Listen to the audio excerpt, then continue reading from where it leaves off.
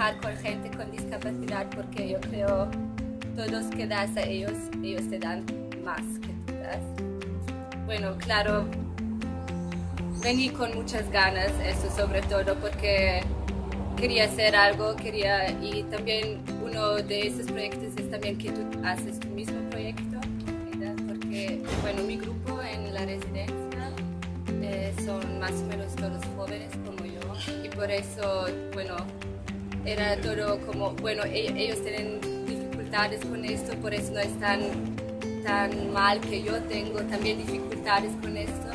Y esto me ha cambiado mucho y estoy muy feliz porque ahora pienso que estoy más abierta y ahora también sé que voy a hacer más de estos voluntariados en mi futuro.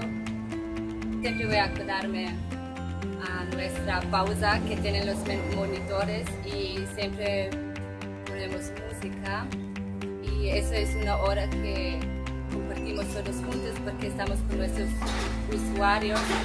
Y todos empiezan a bailar y cantar y también siempre jugamos con la pelota y eso es como un hábito que hacemos todos juntos cada día.